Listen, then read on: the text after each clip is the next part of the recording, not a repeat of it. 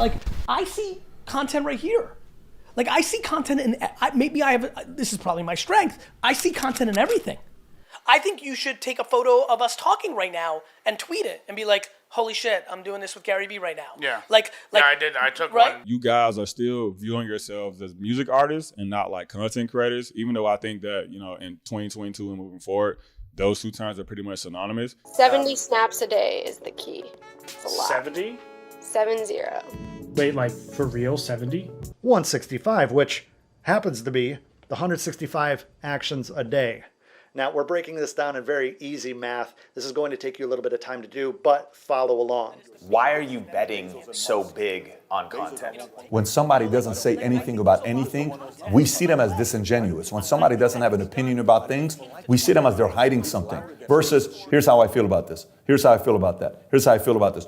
If I ran a Nintendo today, I'd probably put out 5,000 pieces of creative content starring Zelda and Mario and build up the IP and make sure all those characters and all those visions would be winning on TikTok, Instagram, YouTube. I would just produce at scale. This has now become singularly a making game.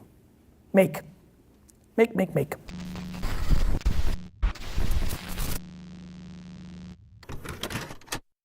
I'm a little alarmed that I've started to think like a YouTuber.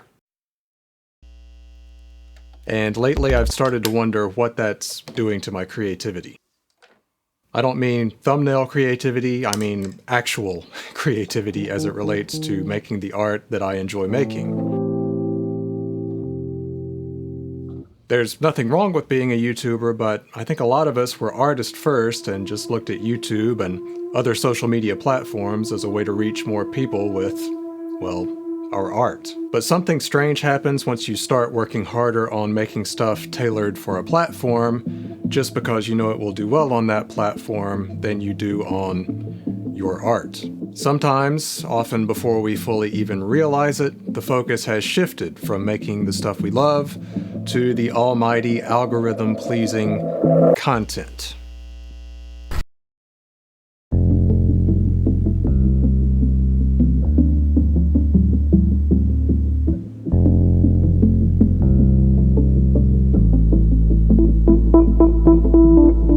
I haven't made as much music lately as I would normally have made, and by lately I mean in the past 18 months or so that I've actually been trying to put out videos on a regular basis on this channel. And that strikes me as odd because I didn't start this channel to review music gear, even though that was fun for a while. I didn't start it to talk about composition, even though it turns out I really enjoy teaching about those sorts of things. I started it for one purpose. That was to showcase the process of making music, the thing that I love doing the most. But it turns out it's really difficult and nearly impossible to just post music these days to any of these platforms and expect it to cut through all the noise. The cold hard truth is no one's looking for your music. So I started to learn more about how to make videos that tell some kind of a story focused around the musical ideas that I wanted to discuss. I started learning how to make better thumbnails that would entice people to click on my tiny rectangle as opposed to the hundreds of others that they see on their home feed. It's just a necessity if you want to grow on this platform. I got better at editing and videography so that hopefully my videos would look a little bit better than they used to, not that that would be very hard. And all of those things combined has resulted in my channel starting to grow. And you could certainly make an argument that there's an element of art in all of those things as well, but the issues for me start to arise when all of those things take the creative energy that I would have spent on the thing I actually love doing the most.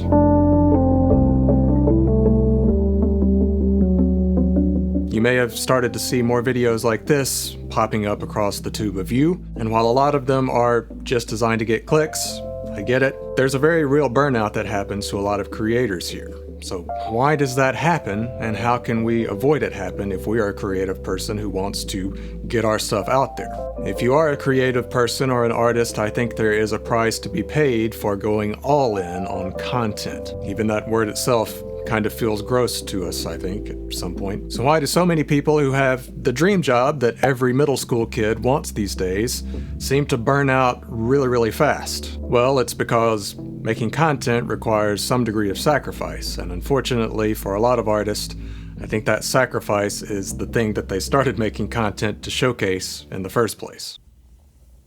Any art requires a number of intangibles, but universal to all of them is that any art requires craft, and craft requires experimentation and time.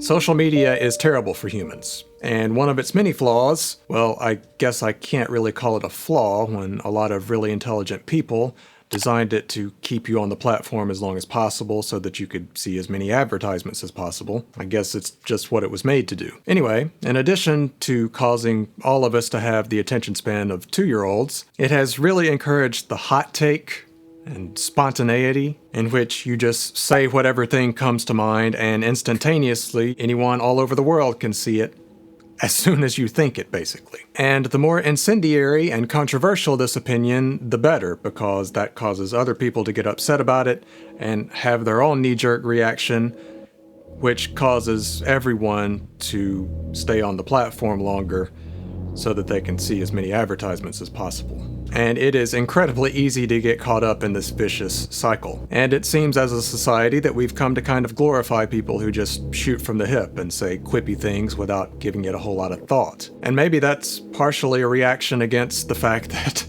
when we do see things that are more polished, they tend to be advertisements, which the platform has kept you on to see as many of as possible. We've gotten really good at sniffing out that sort of fake polished plastic. So I guess it's pretty understandable that we'd all be looking for something a little more spontaneous and maybe even a little more messy. But this unfiltered, spontaneous thought is usually not optimal thought. Optimal thought has carefully considered multiple options, and from there chosen the most effective means to communicate an idea. And that's the kind of thought required to make art. And it's really not something that these platforms, or the consumers who have been kind of programmed to think like these platforms, care much about. I've talked about this in the past in relation to composition versus improvisation. It's not composition, because one is carefully planned and one is not. And while there's a place for both, I don't think it's a good thing to exclude one of them for the other. No matter how good an improv group is at making up a skit on the spot, they're never going to improvise the script for Oppenheimer. That took careful planning and, I'm sure, countless rewrites. And there's your experimentation, which is usually required to make art. But in order to feed these content machines, time is not really something we have in ample supply. And while YouTube is a bit better at this than the short-form platforms, there's really no such thing as truly evergreen content. We all have to continue to make stuff to feed the machine. As I alluded to at the beginning, if you've said all you have to say artistically, you end up scrambling for things you think might do well algorithmically, instead of actually creating the things that you want to create. Funny enough, it's kind of why I stopped playing the Spotify playlist game.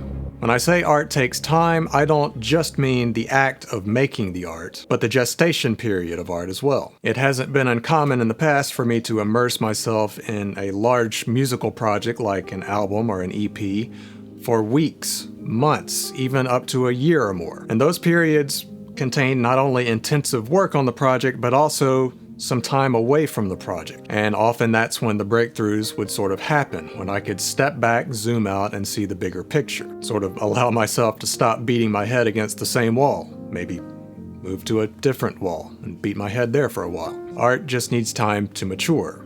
And that's not something that you can really quantify, and it's not really something that social media or the content machine takes into account. So it would be really easy to say, well, just quit YouTube then and do whatever you want. Walk away so you can focus on your art. As I mentioned, there is a harsh reality for artists in that no one is looking for your art today because they are constantly inundated by content. They're overwhelmed by too many things. So you have to give them a reason to look for you, whether that be through telling a story or featuring a product, which you then sell through advertisements, which the platforms have been designed to keep you on for, I think you get the idea. Let's do a quick case study of 2 videos, one of which contains a narrative and delivers helpful advice, all under a title and thumbnail that touches on something people actually do care about, namely themselves and their problems. It's normal human behavior. Now let's take a look at another video which contains my music. This is not an isolated case, nor is it just the case with me. This is something that musicians and I'm sure artists from every medium have to deal with. And while it's really uncool to admit that you want people to actually be exposed to and hear your work, I think if we're all being honest, that's why we're all here. We want to share art. That's also normal human behavior. So this is really the quandary for modern artists. Balancing content, which feeds the ego and maybe also the bank account, with the actual art itself, which, if I can be incredibly cheesy, feeds the soul. It really does, though.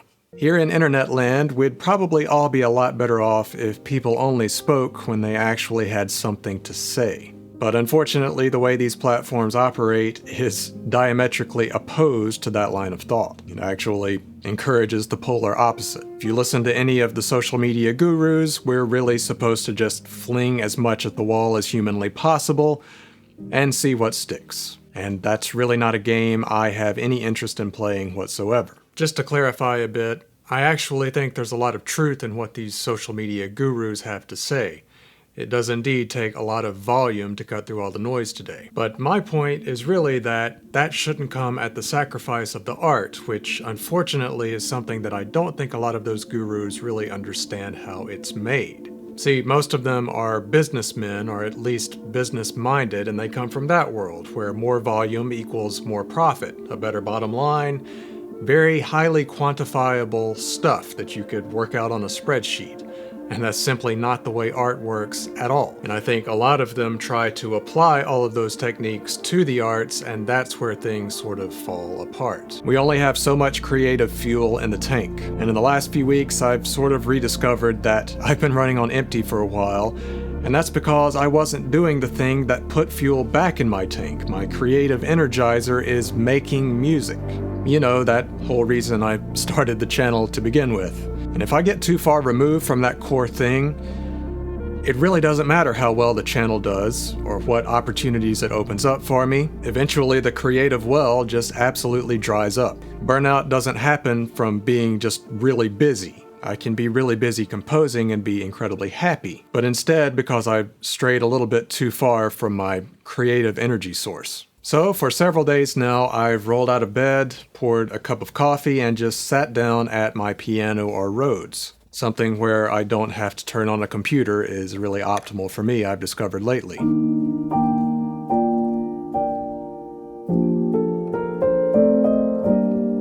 Sometimes I improvise, sometimes I pick up some staff paper and jot down ideas, and I've talked a lot about creative overwhelm on this channel, and how it's through limitation that we can focus our creativity. But I've sort of been ignoring my own advice in that regard. It has absolutely been an amazing experiment to see how my mindset has changed, just going back to that simple routine, which then feeds ideas for everything else that I do. Just a few days of getting back to what I'm truly passionate about, why I truly started all of this in the first place.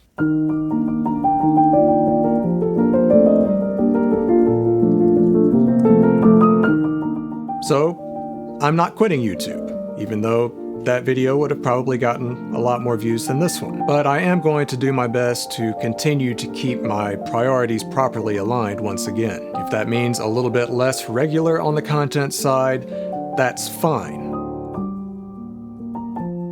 If that means not chopping every sentence I say in these videos into vertical format for all of the other platforms, okay. What matters most is, well, what matters most. And if you are an artist or a creative person, what makes you get out of bed every day and gives you creative fuel is probably your art. Use content to feature that art if you can. But be careful that your content doesn't start using you, because you're more than a source for ad revenue for a giant corporation. You're an artist. Like all my videos, this video is sponsored by absolutely no one. But if you would like to help me out, you can find this track that I made for this video on Bandcamp for absolutely free. And if you give me a follow while you're there, that really helps me out as an independent artist when I do put out new music. You can find a link for the track in the description below. Also, if you have any interest in my personal philosophies on composition, you can find a free ebook available for download there as well. Just some things that have helped me out over the years in writing my own music. If you like the video, you can like the video. If you want to see more videos about this and other musical topics, you can hit subscribe. And I'll see you in the next one after I've created some more stuff.